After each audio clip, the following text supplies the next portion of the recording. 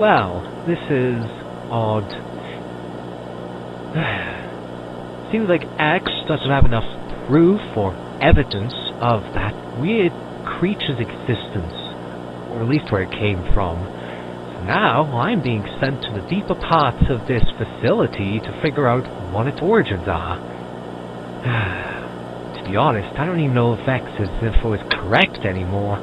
She's gone so mad since this guy has been running around rampant, destroying stuff left and right. At this point, we might as well just get a new leader.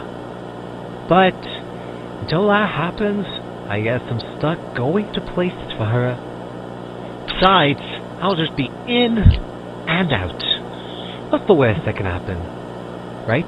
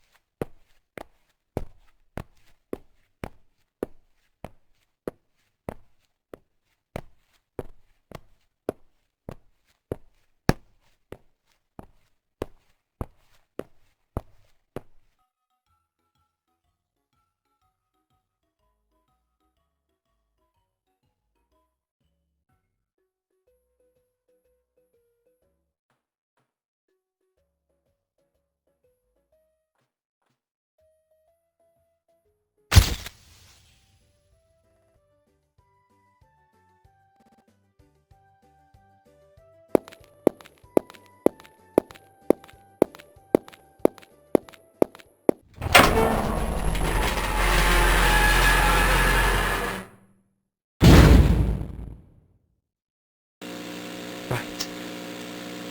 I'm starting to get a bit scared now. The cold here is killing me. No, literally, but like... Normally isn't this cold around the area. Hell, it's warm in the night. Why is it so cold? This facility... It isn't holding up at all.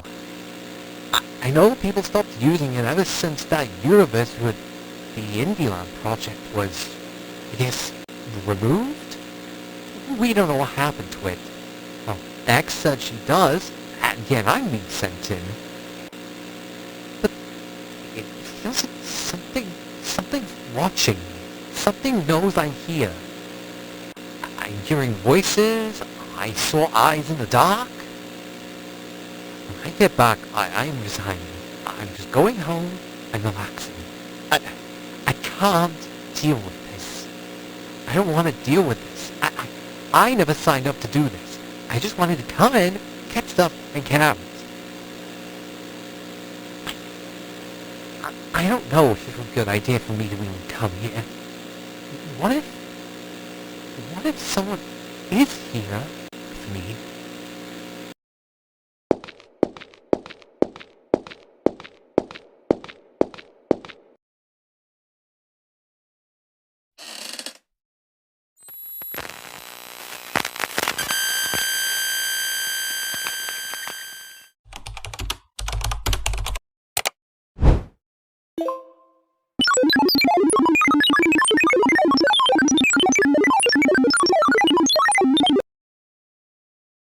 Okay. We rolling? Okay, good. Hello, this is Dr. Johnstone, part of the research division of Indieland. About 2 weeks ago, the gaming division was abolished. Brutally, but deserved. However, what was left in the wreckage was this strange black parasite. However, it didn't seem to be hostile. It was about the size of a hand, and in weight, weighed basically nothing. So, the mayor of Indieland decided to put me and my team in to test it to see if it could perhaps enhance a person's capabilities. While I disagreed, the rest of my team, and more importantly him, had decided that it would be a good idea. Now, I couldn't do much about it, so I just had to suck it up and deal with the fact. Today we are doing our 4th experiment with the parasite, and unfortunately, due to the law, I have to actually explain the other 3. Subject 1 was Mr. Puzzles, a 13 or 14-year-old boy who, wanting to get some money, signed up for the experiments. However, soon after we put the parasite in him, everything seemed fine, but then his head blew. It took us 5 hours to clean it. Boy was buried about 3 days ago near the Indie Forest.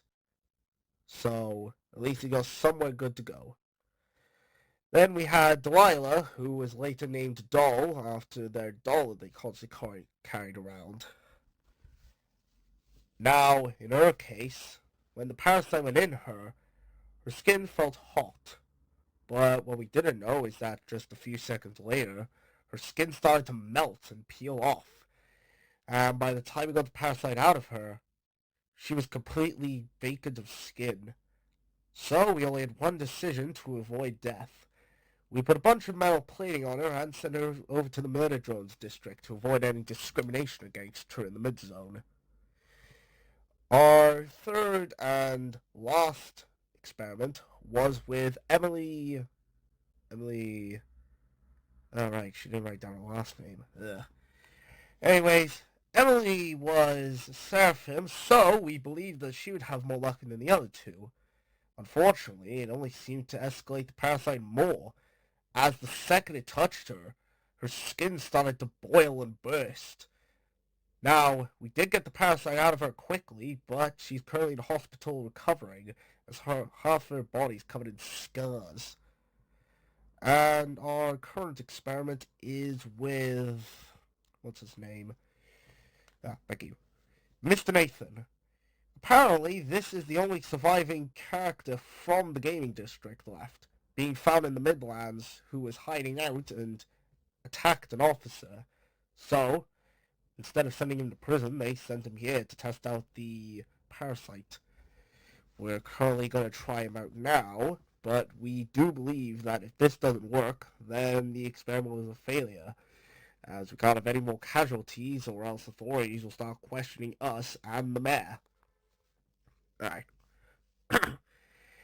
Starting experiment 4 with the smile virus experiment, going in 3, 2, 1, go.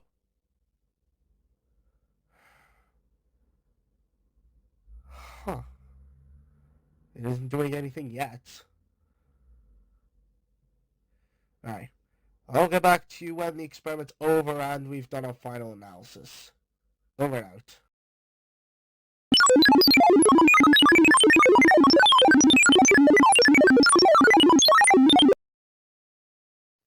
Excuse me, sir.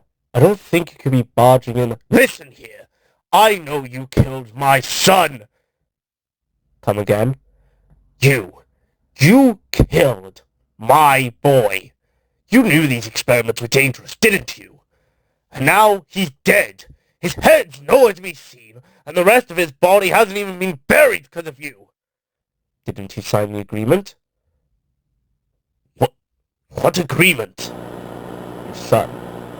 He said that him and a guardian had signed a parental form to say he could do his experiments. Is that true? Yes, but... Exactly. So whatever was to happen could not be soon. You cannot go against us with this, as technically, you would be the one who would be in trouble here. I will find a way! I'll find a way to make you pay for killing my son! My wife died not long before. And now that he's gone too, what do I have left? We could give you his body. Do you want me to keep him as a trophy? You're sick. All of you people are sick. Especially that stupid man who does nothing. I hope this place falls to the ground for what you've done. You monsters! Sir, if you would like to leave now, we would appreciate it greatly.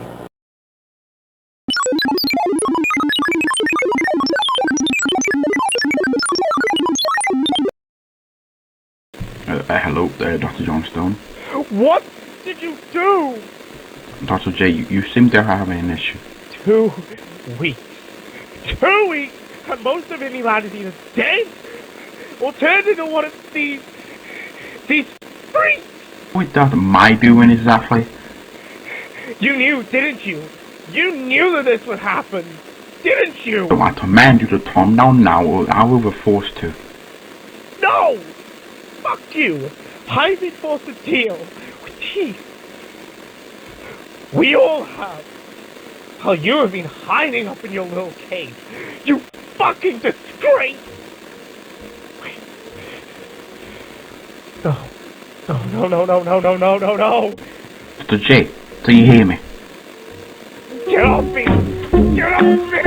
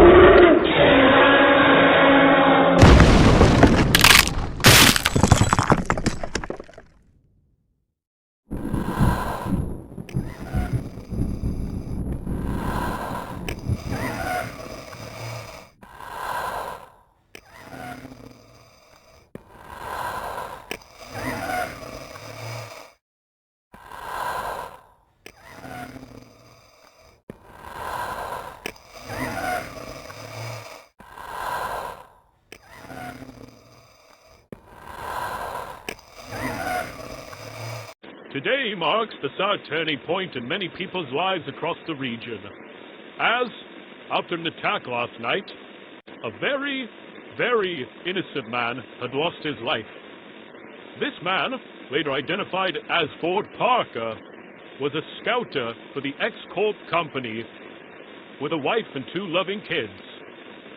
However, on this night, it was overheard by a fellow worker that the leader of X-Corp had instructed Ford to go to an old facility which was abandoned many years ago to discover some information about a classified document. However, he never came back from that mission. The only remains that were ever found of him were the next day. Horrifying, really. Only blood remained, and other things. The blood was later identified to be his, but also a mixture of many others. Was this a continuous case? As of right now, it is unclear. But the family is taking legal action against X-Corp, blaming them for his unfortunate demise. Please, if you know anything about Ford or anyone that has met a similar fate to him, call this number now. We desire your safety. Goodbye.